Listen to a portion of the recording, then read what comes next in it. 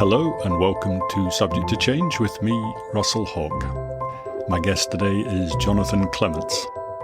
Jonathan is an historian of East Asia and cultural critic. And I won't do too much introducing this time, as Jonathan has been on the podcast a few times now, and I think you all pretty much know him. So anyway, welcome back, Jonathan, to the podcast. Thank you for letting me once more out of the dungeon. Okay, so today we're talking about Empress Wu of China, about whom you wrote an absolutely fantastic biography. And she was born in the year 625 AD and is a truly remarkable figure in many ways, but not least because not only did she act as the power behind the throne in China for many years, eventually she actually took over and ruled China directly in her own name. And she is the first and she is the only woman to do so. And there's a quote displayed on the cover of the book you wrote about her, which suggests that not everybody was a fan. And the person in question writes, "With the heart of a serpent and the nature of a wolf, she gathered sycophants to her cause and brought destruction to the just. She slew her sister, butchered her brothers, killed her prince, and poisoned her mother. She is hated by men and gods alike." So, regardless of how much of that is true, she sounds like a great subject for our podcast. Yeah, it reminds me of a lot of my Goodreads reviews, actually. You mentioned when we were talking a bit earlier that you'd actually been to see her tomb. So how well preserved is that? Well, we don't know how the insides are preserved because it hasn't been opened. There's quite a controversial issue, which I think we talked about when we spoke about the first emperor, about the politics of opening a grave in China, which is really about can you preserve the materials inside and can you, and are you going to find enough stuff that's going to keep funding your archaeological digs? Very controversially, the authorities in the region around Wu's tomb have said they will not be opening it for at least 50 years.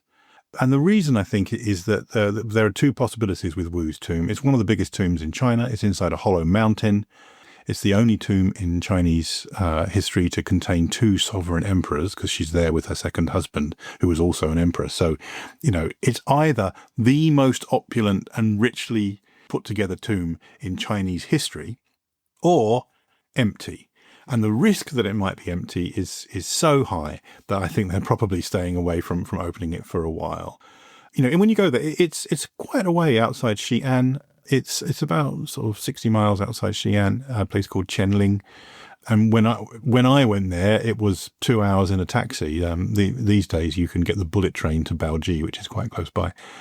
And you've got this huge mountain and you've got this spirit road that leads up to it, which is flanked by these various statues of animals and ministers and so on. There's a fantastic little coterie of ministers standing at the side to attention who were statues of the souls of people who supposedly left their souls behind when the Gaozong emperor was buried there. I'm not quite sure how they felt about that. And the path up to the tomb is flanked by these massive hills, and one on either side, that look like knockers. And that's not me being weird. They're called Naitoshan, the Nipple Hills. And supposedly, when the Emperor Gaozong was choosing the site for his burial, he said to Wu, "Those hills remind me of your chest. This is where I want to spend eternity." So, yes, so it's a very evocative place because it's so massive, and the statues are so alien as well. I mean, they have, for example, statues of ostriches as you go up the spirit road, because the rulers of Afghanistan sent ostriches as gifts. And the Chinese were like, "Oh, these must be the chicks of rocks, or phoenixes or something. Wow, we've never seen these things before." So it's very exotic. It's very evocative of the fact that she was living in a period that was the height of the Silk Road, where China was incredibly diverse, where it was incredibly wealthy because of all this stuff coming in from the West. And so, I mean, you mentioned that she was born in 625 AD. Which in China is, the early Tang dynasty, one of the heights of Chinese civilization. But what was going on in Europe at that time? I've just looked up on Wikipedia what huge events happened in Britain in the year 625. King Edwin of Northumbria married Ethelberga of Kent. And King Cadfan of Gwynedd died, and he was buried at Llangadwallada, where his memorial stone can still be seen. That's it. That's British events for that year. So we're talking about a period before the state of England, Scotland, Ireland, and Wales was ever formed. It's kind of around the time that the Anglo-Saxons were rising to prominence. But when you see what was going on in China at the same time, it really, I think, helps emphasize that one of the problems you have as historians when, I'd like to talk about the Middle Ages. I'd like to talk about the Dark Ages.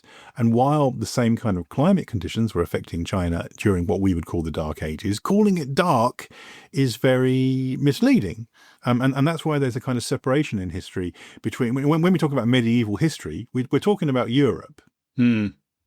Yeah. If you want to talk about medieval Chinese history, it starts earlier, it finishes later, and it's kind of sealed off from the European world. And so it's very difficult to talk in terms of direct influences or occasional contacts. But the tomb itself, has nobody been inside at all? Can you not tell anything from it? Have they? No. No one's been inside, and as far as we know, it hasn't been robbed. But who knows? If you want to be conspiratorial about it, it's possible that they know it's been robbed, and so that's why they're not opening it. But I haven't heard that rumor whispered around. The really weird thing about it, there's an odd, once you know the other tombs around it, there's a very sinister air about it, because some of her children were also buried nearby, and they were children with whom she'd spectacularly fallen out with during her life. And it's almost like they've been buried close to her tomb out of spite. And the really amazing thing about it is that there are these big stone slabs at the front, one celebrating the Gaozong Emperor and his achievements, and there's one which is supposedly for Wu.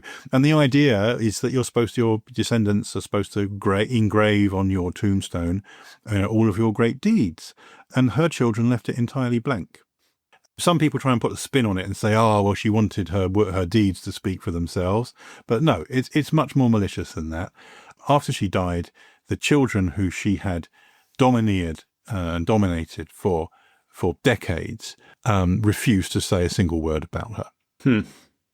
Okay, so she's born in 625. So you said a bit about what China's like at that time. That's the Tang dynasty. Mm-hmm. So is this a new dynasty? Is this an old dynasty? What's going on? Well, we remember the Tang dynasty today as being this incredible height of Chinese power. China expanded to a very large size. It was united for the first time in hundreds of years, and it had its authority reached famously across the Taklamakan Desert to the very edge of what is now modern China. But to put it in a kind of broad historical context, it's worth remembering that we have this idea of what China is based on modern borders. And those borders were established in the Qing dynasty only about 200 or 300 years ago.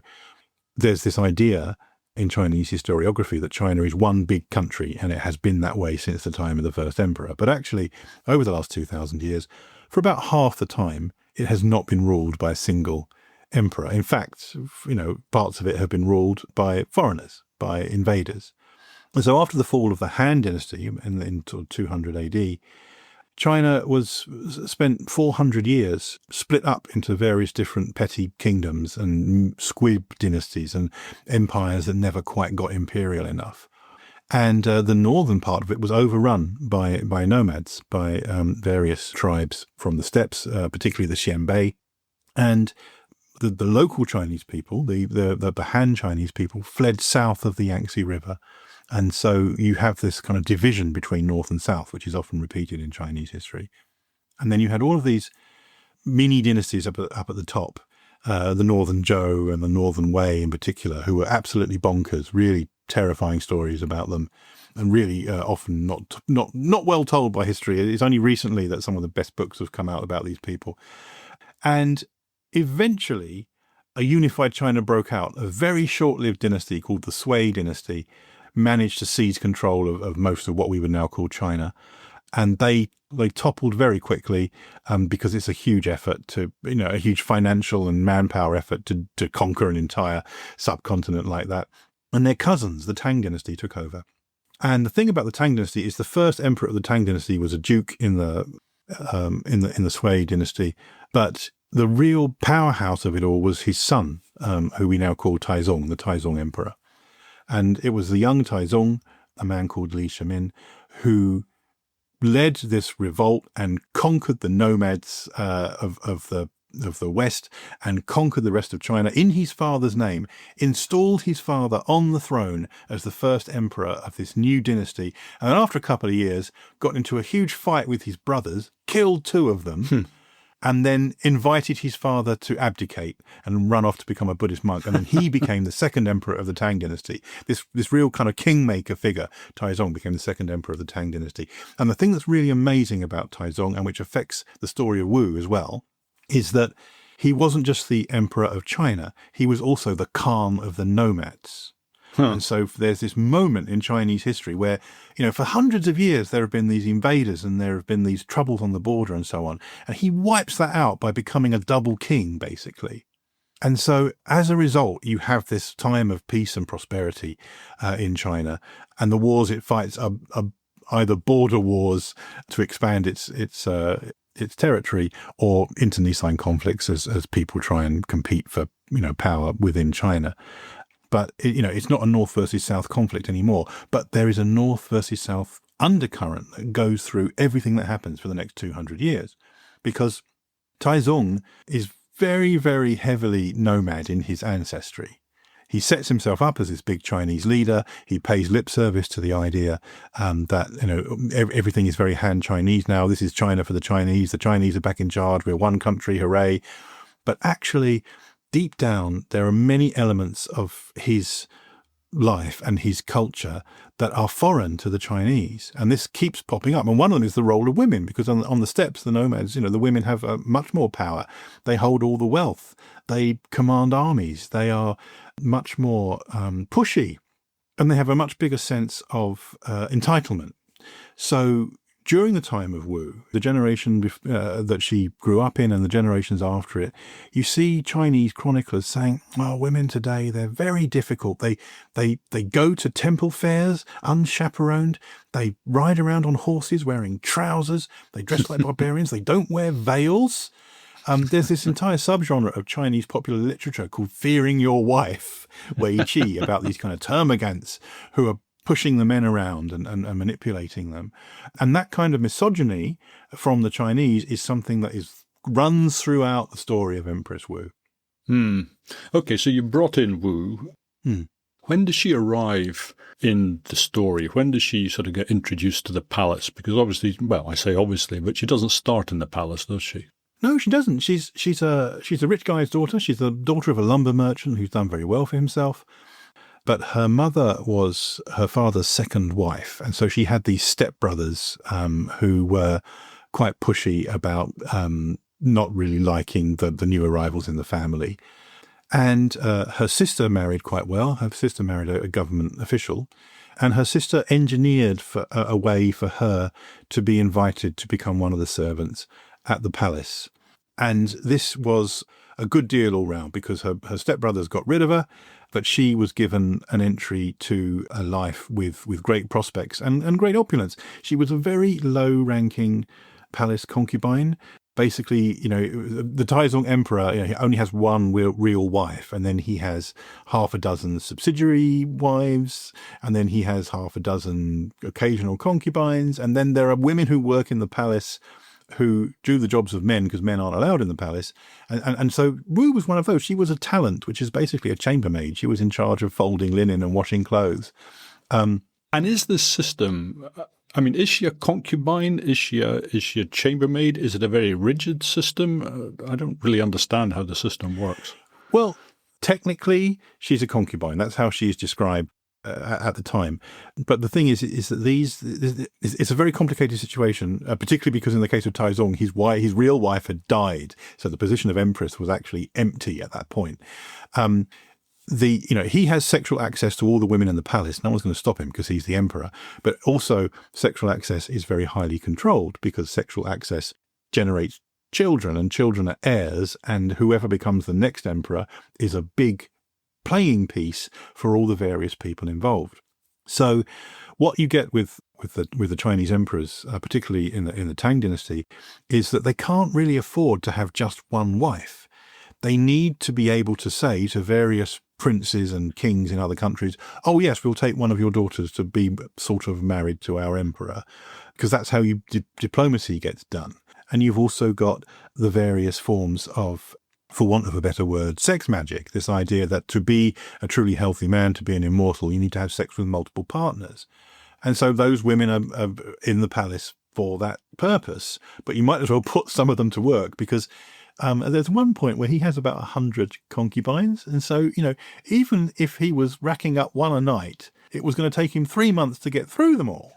And that's without time off for good behaviour. So, it was perfectly possible. It was in Wu's case, for example, that she might not only live in the palace for years without attracting his attention, but might not even meet him. But what happened in her case was she did meet him. She kind of bewitched him. She was only 13 years old when she arrived in the palace, but within a couple of years, she had bonded with him very strongly about their interest in horses. As a military man, he was obsessed with horses. He actually had, and you can still see them today in Xi'an. He had these kind of bas-reliefs made of his favourite horses, the greatest horses of his life, and they were put all around the gate of the Dark Warrior in Xi'an, and so you can still see some of them in Xi'an today. So, rearing horses, caring for horses, horsey stuff was something they got to chat about. And he called her fair flirty Wu, Wu Meinyang. The word for flirt in Chinese is woman plus eyebrow, just in case you ever need it. Sort of raised eyebrow. Yeah, like a raised eyebrow, a sexy raised eyebrow. And there are a few stories about their interactions when she was a young girl. And it's believed that they became intimate. This becomes important later on. So, she was this kind of teenage bedmate who kept him happy in his dotage. He was only in his 50s, I think, when he died, exhausted by all his wars and possibly all his wives. So we have some stories about her life in the palace at the time. And it's to give you a sign of how kind of bewitching she must have been to Taizong. He'd heard a prophecy that there was going to be a female king who took over the Tang dynasty and almost brought it to ruin. And he was told that this woman would arise within 30 years. And he was kind of panicky about it, enough that if anyone had the name Wu in his staff, he was sending them away. There's a case of one of his soldiers who said, "Oh yeah, it's funny. In order to keep the evil spirits away, when I was a kid, my parents called me Wu Niang, daughter number 5, to kind of scare away the evil spirits from boys." And Taizong's like, "Right, out of the palace. Don't want any Wus in here." But everyone thought it was weird because it's Wu Wong, the king, the female king. And he's like, "There's no such thing as a female king. This doesn't work." And his soothsayer says, well, the thing is that the woman who will become the female king is in your palace right now. And he's like, right, well, let's get rid of all the women in the palace. And he's like, no, think about it. If she's in the palace right now, by the time 30 years have gone past and everything kind of kicks off, then she'll be quite old, and so she won't have time to ruin the dynasty. If you kick all the women out now or execute everybody, she will be reincarnated. She'll come back 15 years younger. She will have a whole life ahead of her, a whole career that she can really ruin your empire. So in a very Taoist way, let's not interfere. His soothsayer goes, just do nothing. So if you remember the story about Herod and the slaughter of the innocents, Herod creates his own problems by trying to kill them all, because he's misunderstood the prophecy about the coming Messiah. In this case, the emperor knows the prophecy. He knows everything's going to fall apart, but he goes, you know what, let's just do nothing. Everything will be fine. I'm off to see that teenage girl I really like, fair flirty Wu. And at no point does anyone go, you do realise her name's Wu, right? So yes, that's Taizong's life. And the reason I said it would be important later on is because when Taizong dies, she's going to lose whatever status she has. So to be clear, she has to leave, you're saying, because she's a concubine, because a concubine is treated as a wife? That's right. If you've been intimate with the emperor, no other man can touch you. Can you imagine how awful that would be? So all of the women in the palace who he has had sex with are expected to shave their heads and go into a Buddhist nunnery when he dies. And so he gets very ill, he's fading away. as the chambermaid, she's in the room keeping him company. And there's various arguments about, was she keeping him company because she was his favourite? Was she keeping him company because it was her job to empty the bedpan? No one's quite sure where things fit there. And this becomes an issue in historiography later on. But his son is coming to visit him at his bedside, and Wu is looking after him. And very famously, his son Gaozong was a couple of years younger than Wu. And to put this in context, by the time Taizong was dying, Wu would have been about 23, Taizong would have been about 20, 21. If you wind it back historically to the point where the teenage Wu would have been his father's favourite, Wu would have been 16, 17, and Gaozong would have been this 14-year-old boy, absolutely alive with hormones and I get the feeling that he had a bit of a crush on Wu. And one thing led to another, and supposedly at the bedside of the dying Taizong, they had sex with each other. And this is a very scurrilous rumour that was spread about them, and I suspect may well be true. So she's having an affair with the crown prince at the bedside of the dying emperor. And this becomes an issue because I think you can see how if you can put yourself in her position, she's living in a fantastically opulent world. She gets to have the closest thing to a modern existence that we can imagine in the middle of the 7th century. Her laundry's done for her. There's food on the table. She's not starving to death. She gets to have nice wine. She has this great life for as long as she is the girlfriend of the ruler. But the moment he dies, shave her head, into a nunnery, say prayers for his soul for the rest of her life. It's going to be miserable. She's got maybe 30 or 40 years ahead of her of being stuck in this nunnery. So I just want to push back a bit on that, because I think you say in your book that when Taizong took over, he didn't necessarily send everybody off to nunneries. He sent some of them back to their own homes. I'm thinking he's got, I don't know how many concubines, 200 concubines. I mean, how big a monastery are you going to have to find to take them all? You mean Gaozong? Yes. So when Gaozong did take over, a number of the women were sent into a nunnery, a number of them were sent home. Why do you think some of them were able to go home? It's because Taizong had never even met them. Oh, okay. That's how big the palace organisation is. So the fact that Wu is sent to a nunnery is kind of proof, if you like, that she had been sexually intimate with Taizong. And this is important because 2 years later, when she comes back into the palace, we've rewritten the record. All that whole affair with Taizong, that's fake news. We're not talking about that anymore. Oh, no. They were friendly and chatty and he liked her a lot, but they never did the deed. And that is why she's allowed to come out of the nunnery and back into the palace. And who is it that brings her back into the palace? Because I think you said, I'm not sure it's Gaozang. I think it might be Gaozang's wife that brings her back. That's right. This is the fantastic thing. The obvious thing, if you were pitching this for a crappy television channel, you would say, oh, well, Gaozong can't get her out of his mind. And so he invites her back into the palace and they concoct this silly story about how her hair's magically grown back and she was never intimate with Taizong. And so it's an error in the paperwork and it's fine for her to come back to the palace now. However, he didn't invite her back. His wife invited her back because his wife, Empress Wang, had failed to produce a male heir. And there was a concubine, the pure concubine, so the second-rank concubine, called Xiao Liangdi, and this woman had attracted his attention to the degree that he was neglecting his actual wife. And trapped in this kind of conflict, this palace conflict with Xiao Liangdi, Empress Wang decided to invite Wu back, because if anything was going to distract him from Xiao Liangdi, it would be that Wu woman. And the great thing is that if Wu ever got his attention more, or tried to get shirty with anybody, the Empress could suddenly remember, oh, hang on a minute, you were Taizong, you were at it, weren't you, with Taizong? So technically, if you're having sex with his son, that's incest, isn't it? You shouldn't be here at all. You should probably go back into that nunnery. So, Wu is a playing piece that Empress Wang uses. She's a honey trap that she invites back into the palace to distract Gaozong, which gives you, I think, some idea of the kind of hold that Wu must have had over him. Mm. I do think there was a kind of teenage crush element in Gaozong about it, but also we are talking about a woman here who is so alluring, so powerful in her ability to, certainly her sway that she holds over Gaozong, that, she is dragged into the palace to be used as this kind of honey trap. And that should give you an idea of the kind of charisma that Wu must have had. Hmm. And the degree to which she must have fooled Empress Wong by saying, yeah, sure, that sounds legit. I'll come back into the palace. I won't cause any trouble at all. Everything's going to be fine.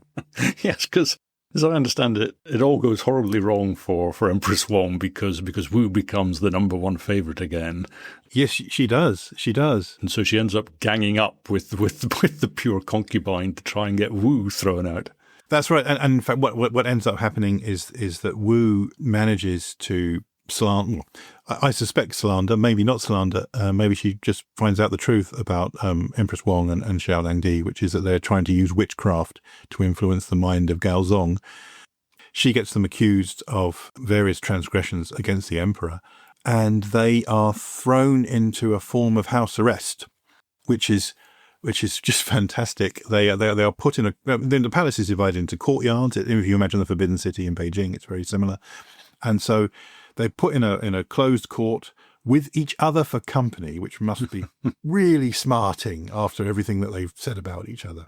And they don't have any makeup. They don't have any shampoo. It's not shampoo in the Tang Dynasty. They're soapstones, but nevertheless, soap berries. But nevertheless, they can't really wash. They can't keep themselves looking as beautiful as they used to, which must have been a punishment in itself, particularly in a court where that was the currency they had. They were fed through a slot in the wall, and they were just kind of left there.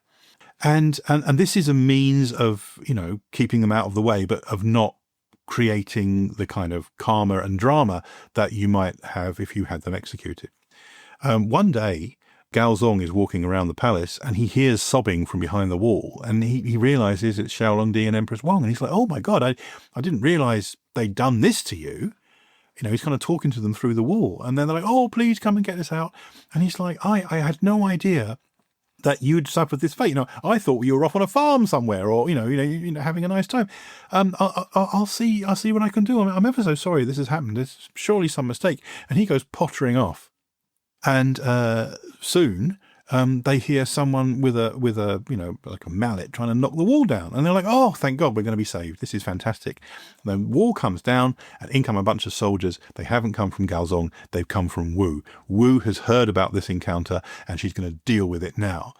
And so they read out the sentence that Wu has arranged for them. They're going to be beaten up, they're going to have their legs and arms broken, their hands and feet cut off, and then they're going to be thrown into a vat of wine to drown.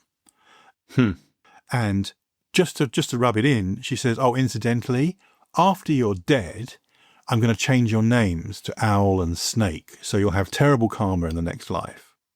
Anyway, I hope you two bitches get drunk to your bones, which is it's an allusion to classical Chinese poetry. To be drunk to the melting of the marrow is to have an orgasm. She's saying, fuck you both to death. Gosh, and that is why... And that is why I think Xiao Langdi and the Empress, one of them says, I hope I come back as a cat and that bitch Wu as a rat, that I may bite out her throat. So it all gets very serious and hardcore straight away. And then that's with the two rivals removed. And shortly afterwards, Gaozong says, you know what? I need a new empress. I think Wu is probably the girl for me. And this causes immense ructions in the court because his ministers are saying to him, are you sure? I mean, considering the trouble she's already caused, do you really want to get into this? And there's a serious debate at the court about who the next empress should be. There are dozens of potential candidates, lots of noble families with a daughter in the running saying, but she's a nice girl and you've already had a son with her and that could make things easier and blah, blah, blah. And Gaozong's like, no, I really think Wu is the one. And one minister goes, listen, she's got a bad reputation. You do not want to go down this road. Wu is trouble, and we all know it. And Gaozong goes, well, I don't know about that. And as he says that, this voice from behind the screen shouts, beat him to death. and the ministers realize that Wu is sitting behind the screen listening to the whole thing. And everything they've said about her is something she's fully aware of. So this creates all kinds of problems for the ministers. Wu gets to be the new empress. She's already very popular with Gaozong. She's borne him several sons, or I think at this point she's had 2 sons with him, and maybe a daughter. And then after she's officially the empress, they have a couple more children as well. So this is Wu becoming the the consort, the imperial consort of the emperor, she's finally won. She's made it to the top, which is absolutely, great for her. I'm guessing she's quite the forgiving type, and she won't be holding any grudges against the ministers who tried to stand in her way. That's absolutely right. There is absolutely no chance whatsoever of a whole bunch of mysterious murders and poisonings soon afterwards. She goes after everyone who spoke against her in various ways. And there are some amazing stories. I mean, in the interests of clarity, we are omitting the various palace coups and various attempted revolts that go on during this period. I think it's worth mentioning at this point that you have the imperial family and the family that Wu's come from, and her cousins, and the in-laws of the previous emperor and the in-laws of the emperor before that. And every single one of these is a big Game of Thrones style house that wants to run things and is using whoever is married to the emperor as their way into the palace. And so there's very, very strong pressure from all of these factions, the factions of the affines, we call them, which is where we get the word affinity from. The affines are the in-laws of the people in power. They're all trying to get involved. And this manifests itself sometimes as very weird revolts within the palace, and you read in the chronicle, so-and-so decided he was going to try and murder the emperor, but he didn't get anywhere, and then he was exiled, and then he died mysteriously. And you're like, but why did that just happen then? Why was it? Sometimes it was anti-Wu stuff. The Li family, who are the family of the emperors, were very down on Wu. They really didn't like her at all. And Gaozong's brother tried to get Wu removed at one point. And because he was brother-in-law, she couldn't really do anything about him. She sent him away to the provinces to run a province there. And then when he was there, sent one of her agents over to say, listen, at some point you're going to be ordered to commit suicide. So if I were you, I'd just do it now. Spare yourself the trouble. And this man, who's the Prince of Cao, hanged himself. He was pressured into hanging himself by a man called Xie Yao. And I know that story because years later, imperial censors were kind of rehabilitating the Prince of Cao's mansion, kind of clearing up, moving his stuff out. And they found that his descendants had been using Xie Yao's skull as a chamber pot. That for years, possibly generations, the family of the Prince of Cao had been shitting in this man's skull in an attempt to kind of exercise a form of magic on him in the afterlife. Because if that's how your body's being treated, then imagine what it's doing to your soul in the afterlife. So yes, anyway, so Wu gets to be the new empress, and she goes after her various detractors. And this becomes much easier for her in a way, because not all that long after she becomes the empress, Gaozong suffers what we'll call a stroke. The Chinese is feng shuan, the gusts of confusion. He suffered some kind of debilitating attack that made it difficult for him to walk and difficult for him to speak. Not difficult for him to have sex because they had 2 more children afterwards, but nevertheless, he was severely crippled by some kind of attack. And he continued to reign for another 23 years, but Wu had to interpret for him. So I think it's the year 660 is when he's struck down by this this attack, and from 660 right up to 690. Well, actually, from 660 until his death, Wu is next to him in the throne room saying, listen, he just mumbled to me something about how we need to, increase taxes, or he just told me that minister that thinks he's really popular isn't popular and needs to be sent to the provinces. And Wu became his interpreter. And this is important because there's a lot of vitriol directed against Wu. There's a lot of attacks on her about her behavior towards people and her scheming and some of the deaths that she caused. But bearing in mind that she was secretly running the empire for more than 2 decades, she also presided over the height of the Tang dynasty. So, the height of the Silk Road, the absolute moment of true prosperity. Every victory that China won in that period was under Wu's not very obvious primacy. So for the rest of Gaozong's life, she got to exploit this in a very spectacular way. And it only fell apart for her when he inconveniently died, which of course then meant that someone else had to take over from him, and that wouldn't be her. But you make it sound like he was a complete non-entity for almost a few years into his reign, but he did recover a bit, and they were having sex a lot. In fact, there's that strange thing in your book, which I didn't completely understand, where there's a reference to him behaving in a way to Wu. It said something like, he abased her body and made her endure shame to please the emperor. And I was thinking, well, oh goodness me. Yes. I thought the Chinese were, had all sorts of manuals to do all sorts of things. And I'm just wondering, what on earth? What on earth could it be? What did she do that was so terrible? Well, yes, supposedly she would do something that no other woman would, and that was what made Gaozong so hot for her in the beginning. I don't imagine that is true, or if it is, it's probably a misinterpretation of some other elements as well. I mean, I don't want to get too far down this rabbit hole, but it's a fun rabbit hole, so we'll have a go. One possibility is there was some kind of sexual perversion that Gaozong was really into. The only one that is openly alluded to in the chronicles is that he wasn't just into Wu, he was into Wu's sister and Wu's niece at the same time. And that I think he tried to have a go at Wu's mum as well. I mean, he was very keen on the Wu girls, not just her, and that's recorded in the chronicles. So if that kind of family business was what the perversion was, then that's very obvious. The other possibility is that everything's been turned on its head, which is that Wu would do something that no one else would do that was terrible. There is a precedent in the history of, I think it's the Northern Zhou, of an empress from the Dugu family. The Dugu family are fantastic because there was one guy who had 3 daughters, and each of those daughters was an empress in a different dynasty. That's kind of how busy the fighting was between the Northern Zhou and then the Sui dynasty and the Tang dynasty. How quickly those dynasties changed, that you could have one generation that was empresses in 3 dynasties. Anyway, the Empress Dugu infamously enforced something on her husband that the Chinese chroniclers said would destroy the empire, and that was monogamy. She had a hold on the emperor and said, I want no other wife but me. I don't want any of this concubine business. It's just me. I'm your permanent bedmate, proper wife. None of these girls come anywhere near you. And the emperor of the Northern Zhou, which is, only a few decades before the time of Wu, was like, oh, okay, dear. And the chroniclers were like, this is terrible.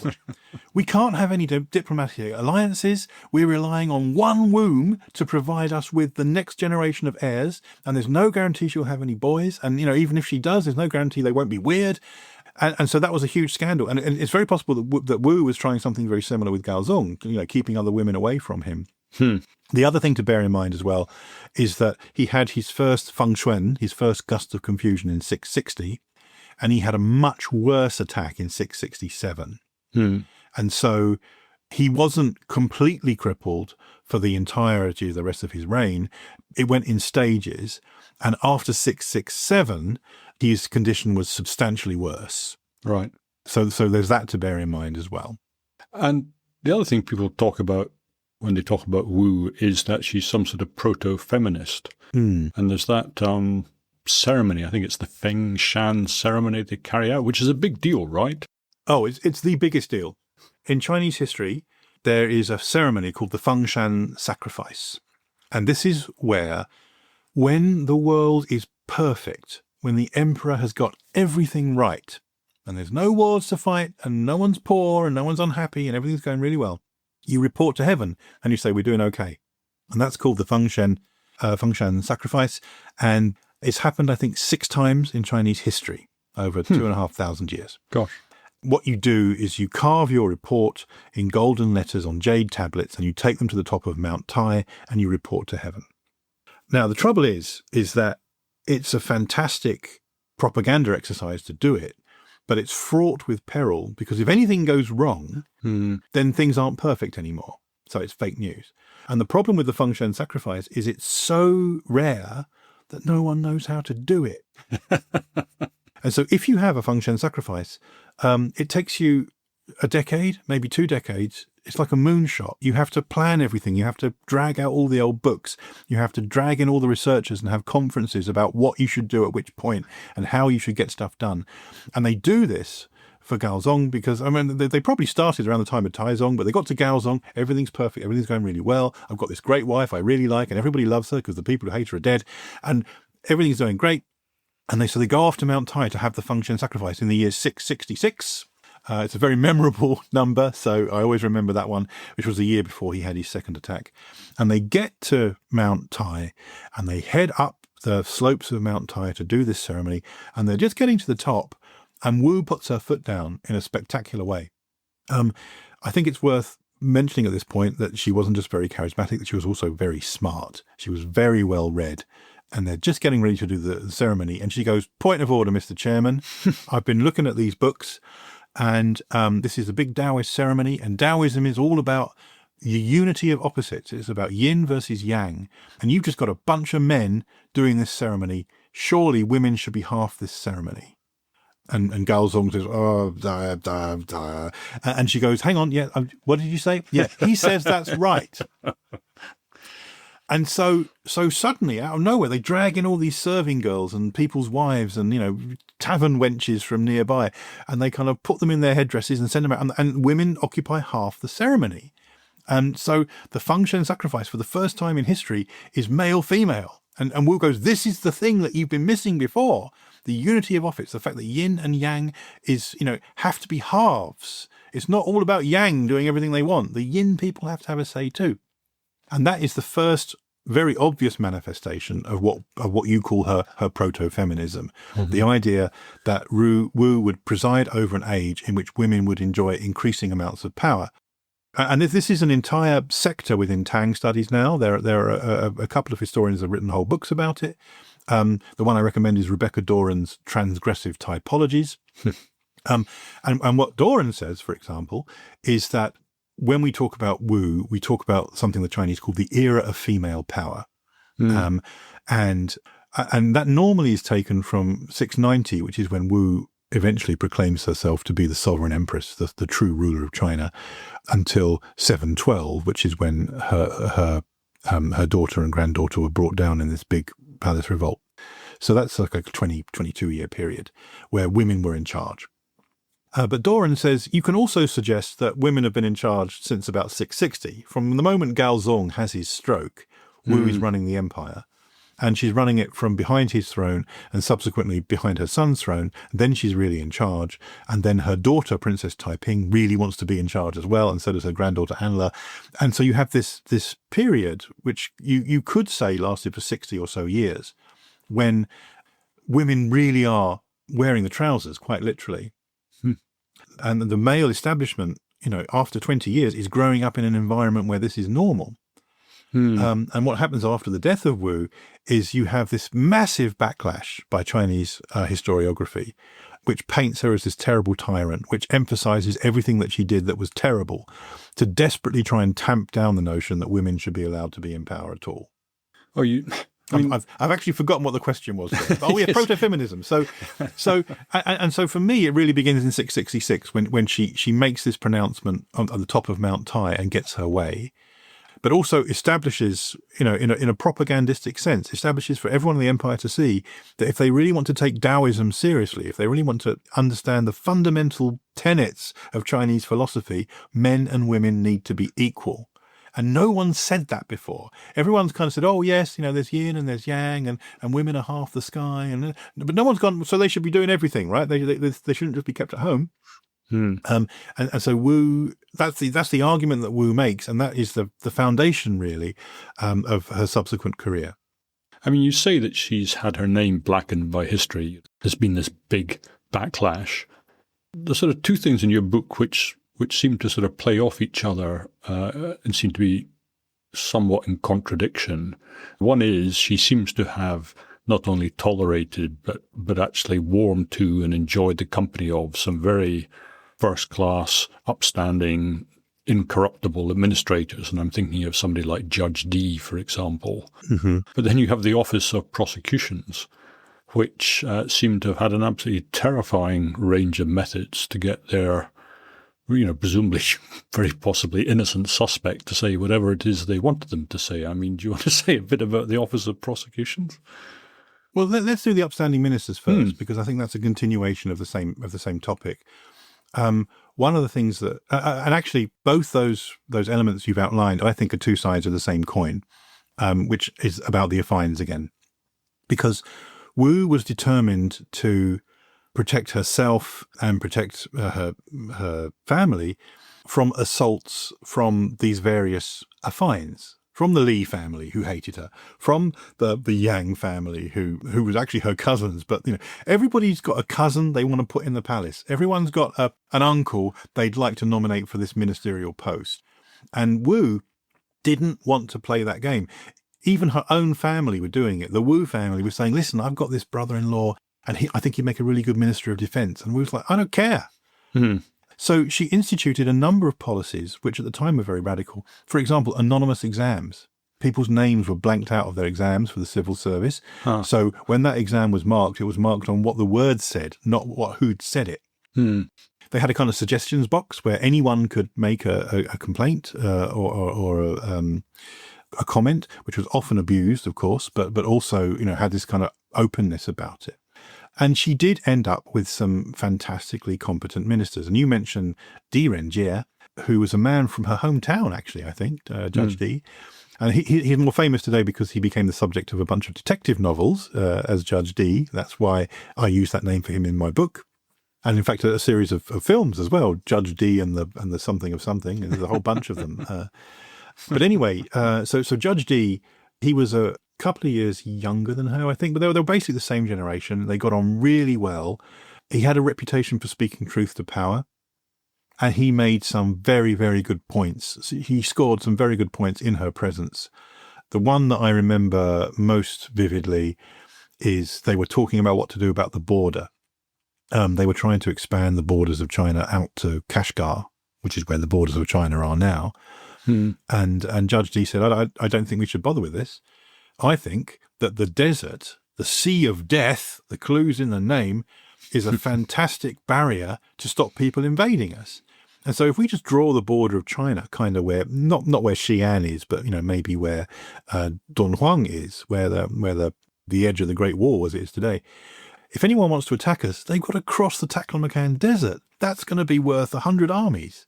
So let's not expand China for the sake of it and have a border we share with the Arabs. Let's roll it back and have a nice little edge. And this was caused by the fact that the Persian Empire was falling to Muslim conquerors. And so there was this chance that China expanding westward would run into the Arab world expanding eastward, and they would, as in fact they did, eventually have a ding-dong on the edge. And Judge Di was like, we don't need to do this. We can make them come to us and they'll die of thirst on the way. And that's the kind of wisdom that Judge Di had. And so he was a good minister, and he was very successful. He did get sent away on several occasions for putting his foot wrong, but not necessarily at Wu's instigation, at other people trying to undermine him. So this meritocracy that Wu introduced was a fantastic opportunity for people who were not part of these big families to get somewhere. And they were a fantastic opportunity for competent people to succeed. The flip side of that, as you mentioned, is her Office of Prosecutions. The naming and shaming, the suggestions box was obviously open to abuse. There's a lot of whispering. There's a lot of insinuation. The affines, these various families, are all bitching about each other, trying to get each other into trouble. And Wu has this enforcement office that's designed to police these things. And several of her enforcers were hated, and I think justifiably so. They would torture people to get confessions to crimes that hadn't existed. One of their torture devices was called I did it or something. It's like you put someone in this device and they'll say they did it, whatever it was, just to get out of it again. So there are some very corrupt men that made it through her Office of Prosecutions, because I think that was one of the rare places where meritocracy might be hidden. If you're good at getting confessions out of people, it doesn't necessarily mean you're good at getting the truth out of them. And I think that was probably something that Wu hadn't foreseen. So she's settling scores through the Office of Prosecution. The Office of Prosecution is certainly bringing some innocent people into disrepute, and there are many cases of the Li family, the Wu family, the Yang family falling foul of these censors, and they have a terrible reputation in Chinese history.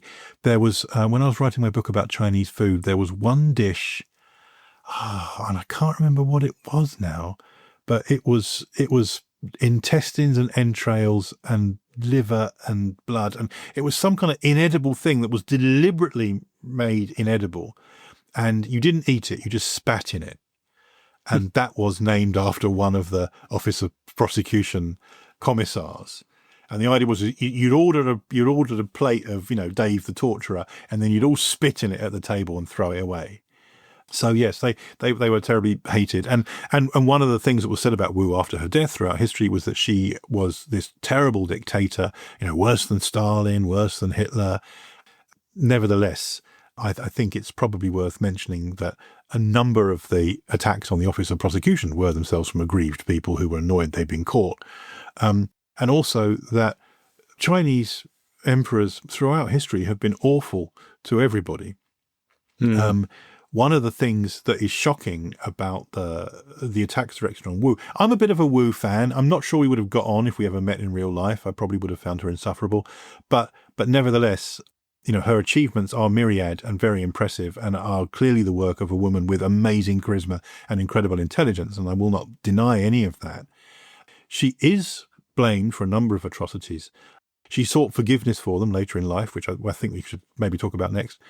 But a lot of the accusations that were directed at her were from people clutching their pearls at the possibility that a woman would do these things. Right. Whereas if a man did it, as men so often did, no one batted an eyelid. I don't want to go down this rabbit hole too much, but there is something, for me at least, slightly shocking about the amount of sort of sophisticated cruelty in China and, the sophisticated torture. And obviously you see terrible cruelty in Western history and murders and hackings to death. But just the sophistication of it and the refinement, to my eye, it's just horrific. Yes, it is. And there's a fantastic book about the Northern Wei dynasty that came out recently. The author is Scott somebody. I've forgotten his name now, I'm afraid. But he says he kind of stops at one point and he goes, the level of atrocity is appalling and overwhelming. And but as you say, this is also the era of the Viking blood eagle. It's not necessarily limited to China alone. I think your use of the term sophistication is very interesting because there are some very odd ways that things pan out for cultural reasons. There's one guy who was severely beaten and given 100 lashes and left to starve to death, and this was in Wu's era. And this was regarded as a mercy because he would die whole. And therefore, in the next life, he would, in the afterlife, he would be whole. He wouldn't be missing limbs or anything like that. It's a bit like a suspended sentence. It's just a slap on the wrist. It's like, oh, good. At least I'm going to be whole in the next life. Oh, that's all right. The thing that shocks me about Chinese punishments is the annihilation to 9 generations, where if someone has committed a truly heinous crime, you won't just kill them and their parents and their kids, but their kids' kids and their cousins, and basically 9 levels of relationship. Gosh. So that's your second cousin and your auntie Ethel. Will wipe them out. And so whenever you see the destruction of 9 generations, you're seeing the cancelling of an entire family because of something that one of them's done. And that's a very weird situation. And one of the things, every now and then there's a kind of purge in Chinese history, and Wu's reign was one of these purges where these old families that had been ruling behind the scenes, all this old money that they kept going for ages, were ankled out of existence because they were fighting too hard to get in. And what Wu eventually did is she tried to hold off the Li family itself. The Li family, which is the family of the Taizong emperor, the family that took control of the empire and proclaimed the Tang dynasty, was still trying to interfere even as Wu was in charge. And to hold them off, she proclaimed her own dynasty. She said, fine, you know what? We're not the Li family ruling everything anymore. We're the Wu family ruling everything. And, she gets quite messianic in her old age and actually proclaims herself to be the empress. And also she gets obsessed with these fantastic things. There's one thing, the word Wu in Chinese is a homonym for parrot. So anything involving parrots would be kind of a great interest to her. And the word Li in Chinese, which is the name of her husband's family, is also a homophone for a breed of cat. And so in the 690s, she got one of her ministers and she said, big job for you to do. I want you to train this cat and this parrot to eat from to drink from the same bowl, to prove that cats and parrots, that Wus and Lis can get along. And the minister's gone, right you are, that sounds like a worthwhile use of my time. So off he goes, and he trains this cat and this parrot to not attack each other. And Wu says, right, I'm going to bring it out, I'm going to show everybody, and they're all going to see how, this is an example of my reign being one in which everyone can live together peacefully. They bring it out, and the cat's got the parrot in its mouth already and is eating it. And you had one job. You had one job to do. So in her later life, she was kind of haunted by some of her misdeeds and tried to atone for them, and got into this fantastic fight with one of her children, her son, Li Xian. She had two sons who didn't end up becoming emperor because they got into trouble. And Li Xian was kind of first up, I think, because he kind of reached the age of majority while around the time of the death of Gaozong. So he was there to go, so I guess I'll be taking over now, Mum. And she's like, no, you're not, because of all the things you do wrong. And he's like, well, what exactly have I done wrong? It turns out that he kept on coming up with these difficult suggestions. And one that I only found out about quite recently, actually, it's not in my book because I don't think I knew about it at the time.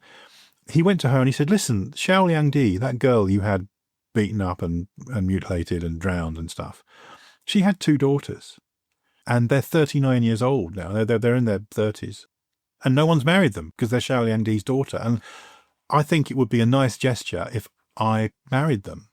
And Wu's like, absolutely not.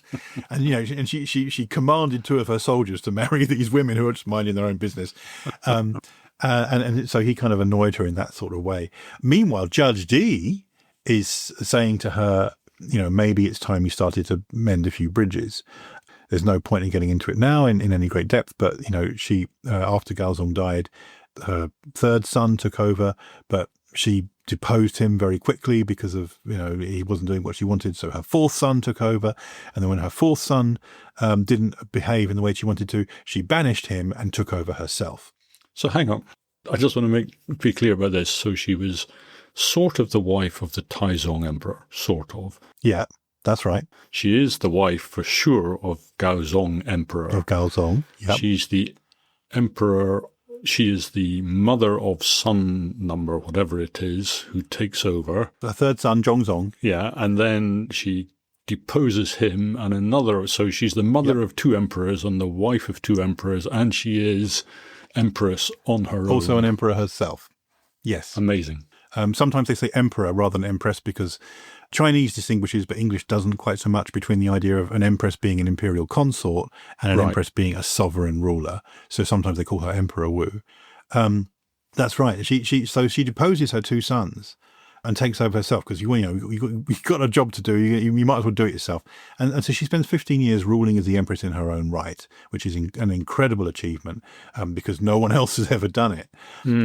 And she's troubled by bad dreams. She's troubled by dreams about the people that she's wronged. She has a dream about a parrot that has two broken wings. And she says to Judge D, what's that all about? And he goes, well, I think it's pretty obvious that, you're Wu, the parrot, and your two broken wings are the sons you sent away. And then she has another dream about chess pieces. She goes, I don't know why I keep dreaming about chess pieces. The word for chess piece in Chinese is zi, which is the same as the word for son. And he says, you've wronged your children. And this is going to be a big deal when you die, because if you have no children to make sacrifices in your honor, you will be a restless spirit. And this is when, very late in life, Wu starts to embrace religion in a big way. She kind of gives up on Buddhism, which she's used as a kind of tool for her rule for a decade. And she returns to Taoism. She returns to Chinese native religion. And she desperately tries to start atoning for her misdeeds, to the point where she eventually says, you know what, I know that I've set up my own dynasty and I know I'm the sovereign empress, but when I die, my third son, Zhongzong, who's already been emperor once, he will take over again and the dynasty will be restored. I've just done this as a kind of stopgap measure, but once I'm gone, he can take over. Please be nice to me. The kids can come back. It's okay. You don't have to live in the provinces anymore. Sorry about the whole banishing thing. When I die, everything's going to be fine. because she needs her children to remember and respect her. Otherwise, it's all over for her in the afterlife. But just on the but that's the only she comes up with that scheme after she's failed to become immortal, because she meets this guy who says he's 300 years old, and he goes, yeah, I'm 300 years old. I know I don't look a day over 78, but I'm 300 years old. I've been living on this special potion. And she goes, well, I'll buy that potion off you then. And he's like, yes, I'll just knock you up this potion, Empress Wu. And then he scarpers, because of course it's just a, pointless fruit juice. And I think she works that out. She realizes that, she really is on her last legs. She's fading, her hair is graying, her teeth are falling out. But she realizes there is a possibility for immortality if she behaves like a male emperor. She realizes, she says, you know what, I've just worked this out. An emperor has 120 concubines, and that restores his yang essence. Well, you know what I should do? I should have 120 male concubines. And everyone's like, yes, that sounds like a great idea, Empress Wu. Yep, fine. And so we then have the Office of the Crane, which is this 120 fiercely pretty boys who are kind of introduced into the palace as her companions in her old age. And again, I think this is, funnily enough, open to abuse. Some of them are probably perfectly nice young gentlemen who, keep her company at dinner and laugh at her jokes and, play party games. Some of them are absolute arseholes, particularly the Zhang brothers. All these terrifying stories about the Zhang brothers. I mean, I'll tell you one, which is they had this idea that maybe it would be fun to get 4 dogs and hang them from a post and then release a bunch of hawks into the room. And so the hawks just rip all the flesh off these dogs, but the dogs are still alive and they're howling. And it was called The Howling. This was this kind of game that they had. Horrific. They raised a donkey on nothing but barbecue sauce and then roasted it alive, and all kinds of weird stuff they were doing because they had infinite wealth and they could get away with it. So in the latter years of Empress Wu's life, she has this huge entourage of gigolos, basically. And that causes all kinds of trouble. I mean, very famously, her prime minister, Shangguan Wan who was a slave in the palace because her father had been implicated in a coup many years earlier. But she was a very eloquent woman. She was a great speechwriter, and she became Empress Wu's speechwriter, and she was supposedly the greatest poet of her age. But she also had a funny haircut to hide the scar down the side of her face where Wu had gone for her with a fruit knife because they'd had an argument about a boy. So it's a really kind of shocking sort of era to live in. But again, it's kind of what you're saying. It's like this strong sort of female power where, they seem to have thrown off any restraints from their menfolk. Yes, and that's another reason why she's regarded as a proto-feminist. I mean, the real thing that rehabilitated her in the 20th century was a political act by the wife of Chairman Mao. In the 1970s, Chairman Mao is getting old and he's ailing and he's clearly going to die at some point. And his wife, Jiang Qing, who's the culture minister, so she can declare these things, says, wouldn't it be great if we started talking about women in history who've taken over from their dead husbands and have done a really good job? And so suddenly you get 3 or 4 Wu biographies coming out in swift succession in the late 60s, early 70s, sponsored by Jiang Qing, in order to kind of plant the seed with the Chinese people that when Chairman Mao dies, his ideal successor might be that nice wife of his. Now, of course, it didn't quite work out that way for Jiang Qing, but she had a go. Yeah. And the other thing I rather liked about Empress Wu, I mean, it's not just that she was having these gigolos around for her immortality. I mean, she just seemed to love sex with all the, she has all these mirrors positioned around the bed so she can enjoy watching herself. Yeah, is that a true story? I can't remember now. I don't know if it's a true story or not. And the other problem is, of course, that bronze mirrors. I mean, how well can you see in a bronze mirror? I don't know. Oh, if a bronze mirror is very, very well polished, it's incredibly effective. Well, in which case it's 100% true. Yeah. and they used a lot of mirrors in the palace to angle light in as well. So, the sunlight would come in and there'd be like 100 mirrors that kind of doubled it and redoubled it to create lighting in the room. Maybe that's where the rumour comes from. I don't know. It may be where it's come from. See, the thing is with Wu, because there's so much scurrilous rumour about her, and she was a bad girl in history for so many centuries, that there are many fictional stories about her that have become accepted as historical fact. So in Flowers in the Mirror, for example, which is a novel, she commands blossoms to bloom in winter, and they do it because they're afraid of her. Not sure that happened, although there may have been some kind of early summer thing that turned into that story. Similarly, in the Ming Dynasty, there was a book called The Lord of Perfect Satisfaction, which is about one of the affairs that Wu had, and there's lots of scurrilous stories about her. And I suspect the mirror story might be in there, if I remember rightly. I mean, she did have, the Zhang brothers were her most famous lovers in her old age, but I think in the 690s she was hanging around with a man called Xue Huaiyi, who was a monk, who was one of the purveyors of these kind of immortality treatments, and he became very cocky around the palace because he could, he had Empress Wu's ear. Well, it wasn't her ear, but nevertheless, he had her. There was a court case directed against him about the way he was building this big kind of memorial tower thing, which has since been recreated in modern day Luoyang. And he arrived on horseback in the courtroom because he was that kind of, if you sort of Russell Brand level cockiness, making a statement. Yes, and making a big statement. And also, for example, her early days were in Chang'an, what is now Xi'an. That's where she spent her life with Taizong. Later in life, she moved the whole court 300 miles downriver to Luoyang, which is why there are these huge arguments today about where the Silk Road begins. Does it begin in Luoyang? Does it begin in Xi'an? Because whichever city gets that title gets more tourists.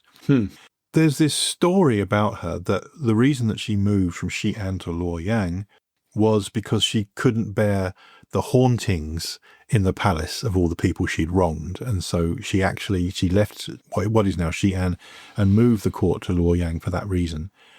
That, however, is a very, very unlikely spin on a much more simple issue in Chinese history, which is that if you are running on a lumber-based economy and you have a city with 1 million people in it, you run out of wood very quickly.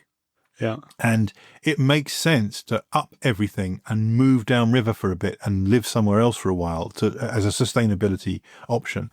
So I think the movement of the court from Chang'an to Luoyang was probably quite a mundane thing. I mean, it's still a huge undertaking to move that many people around. But, nevertheless, it wasn't because she was haunted by ghosts. And so you do get some of these stories. I mean, she's a great story to tell. She's a very compelling historical figure. The characters, not just of her, but of the people around her, are really well-rounded historically. You can see these people when you talk about them. There have been so many TV shows and films about her which only add to the myths and exploit and change the fictions around her, which confuses the record somewhat. And the thing about her today is that she's normally presented as this kind of Cinderella figure because, she's this girl from her home with 2 evil stepbrothers who gets, sent away to the palace and marries a handsome prince. Right. And then kills everybody. So it's sort of Cinderella plus some kind of psychopath thing. So Cinderella plus Psycho is basically what you get with Empress Wu. Plus the evil queen. Yes, and she does become the evil queen. But, there are some... the Judge Dee films don't make her the evil queen. The Judge Dee films have her as a very kind of respected kind of matriarch, this kind of matronly person. Because, of course, Judge Dee and her were such friends that he only ever got to see the good side of her. Okay, so I guess we should bring it to an end. I mean, just briefly, I mean, her son does manage to depose her right towards the very end. It's sort of some farcical coup where he sort of is persuaded to turn up by being told that only he can stop the coup from happening. So he turns up. Yes, that's right. That's exactly what happens. So she's in bed. She's in bed in her palace and getting on with stuff, and there's this kind of banging at the door, and these soldiers come in and they drag out the Zhang brothers, who everybody hates, and they execute them in front of her, and she stands kind of towering over these soldiers and goes, "How dare you send 100 men to kill 2 innocent boys? What's wrong with you people?" And Zhongzong, who's her son, who has come back to eventually take over and has been invited to do so. He says, "Yeah, I'm sorry about this. There's a sort of coup going on and I'm here to stop it." And she goes, "Well, stop it then." And he's like, "Yeah, sorry, Mum. I think I'm emperor now." It's really it's such an anticlimax. And she's like, fine, all right. And she kind of stomps back into her palace, and she kind of goes into retirement, and Zhongzong takes over. But of course, Zhongzong hasn't really taken over. He is being manipulated by the affines. There are, the Li family have finally struck back at Wu, and the Yang family and the Wu family are poking around and trying to get in there as well. And Zhongzong is quite heavily dominated by his sister, Princess Taiping. So Wu's daughter has this notion that when Wu goes, Taiping will take over, and Taiping intends to run things from behind the throne with Wu's granddaughter An Le, who is another chip off the old block. And so Wu dies in 705, and 6 or 7 years later there is a palace coup in which the men strike back, in which the various agents of the era of female power are taken down and beheaded and executed in various ways, and it falls apart for Wu's daughters and granddaughters, and from that point onwards you start to get the anti-Wu chronicles. People say, "Oh, it was a terrible time. I mean, it's so good that we could put a stop to it all, because you can't have women in charge. It all goes horribly wrong. People start, tying dogs to sticks, and having hawks attack them if you let women in charge. So we should stop that, and we should never do that again." And ultimately, her real successor is her grandson Xuanzong, who is the son of Zhongzong, and he takes over. He is very much a chip off the old block of Taizong. He's just like him. In fact, he puts his uncle in charge, but he's the real kingmaker. He has a fantastic reign over a wonderful period in Chinese history, but he is ultimately brought down by his love for a woman he can't have, but because he's the emperor, he gets to have her anyway. And that woman is Yang Guifei, Wu's great niece, who was clearly also a chip off the old block. Probably worth mentioning, in fact, that they looked quite alike. Wu, as we have discussed, was a big girl. She had, a big chest, and she was curvy, and she had a double chin. And that was a sign of beauty in the Tang dynasty because it was a very rich age, not just among the women, but also among the men. We don't have Tang dynasty wrestling in China anymore, but we have it in Japan because sumo wrestling is a Tang dynasty thing, and they look like Tang dynasty, supermodels, those sumo wrestlers. And so fat is beautiful, and we can actually see that in grave goods. One of the really fantastic things about our access to big data now, or metadata, I should say, is we can triangulate the history of hairstyles based on what the figurines in tombs look like from year to year. And we can also analyze the what is considered a desirable body shape. And from about 650, when Wu achieves primacy as the empress, for the next 200 years, fat is beautiful in the art and the statuary that we find in Tang dynasty tombs. It's only about 850 that things start to return to the levels they were before, where it's all about neoteny and stick-thin kind of wriggly teenagers. And so it's my belief that it's Wu's force of personality that made her the ideal woman for more than a century afterwards. Okay, well, that was fantastic. Filled with respect for Empress Wu. She's obviously ruthless, but nobody who isn't ruthless is going to survive, and she survived. How old was she when she died? Oh, you put me on the spot now. Hang on. But let's think. She died in 705. So I've got to get a calculator out to do this now, because she died in 705, and she was born in 623 or 625, and for some reason, I'm just doing this on. This is live calculating. 705 minus, let's call it 625. So she would have been 80 or. This is no way to bring a podcast. This is unprofessional. We've got to do better. No, it's not. It's an awful waste of time. Well, anyway, I found out now, so I can answer your question. She was 80 and change when she died. Well, anyway, I think she was fantastic. I think the story's fantastic, and I thoroughly recommend people to get the book, which is called, unimaginatively, if you don't mind me saying so, Jonathan, it's called Wu. so go. Yes, that's caused me a lot of trouble over the years. Go get it. Okay, thank you so much, Jonathan. Thank you. Right, you can edit that so it's not awful.